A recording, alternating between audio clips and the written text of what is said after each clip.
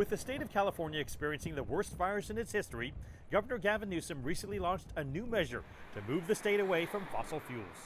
Standing before EV vehicles, Newsom announced an executive order that says by 2035, all new cars and passenger trucks sold in the state must be zero emission.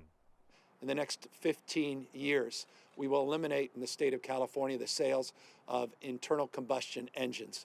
We will move forward to green and decarbonize our vehicle fleet here in the state of California. As a consequence, substantially reducing greenhouse gas emissions as well as oxide nitrogen.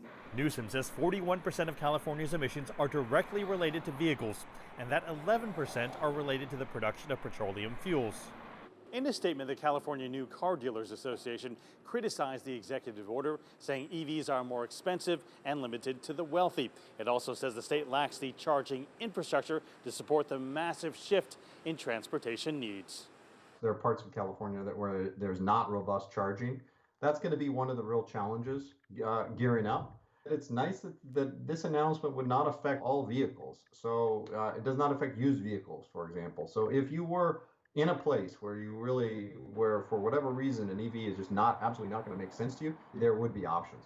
Vahid Farouzer owns a Tesla, but still thinks a government mandate isn't necessary. I think it's better this type of transitions happens naturally, because what I can see with all the Teslas on electric cars by 2035, I think it's going to naturally reach there. When you see like executive orders comes in, then it becomes a mess. It becomes too much politics. Dana Lovell, who hopes her next car purchase could be an electric one, believes the executive order should take place even sooner. Why not move that timeline up to 2030 and give people some incentives to bolster their energy output at home by installing solar panels? I think California will influence the rest of the country, and I would be shocked to not see other states moving in the same direction. Even if they don't, I don't think it would be difficult for the manufacturers to provide a lot of EVs for the California market.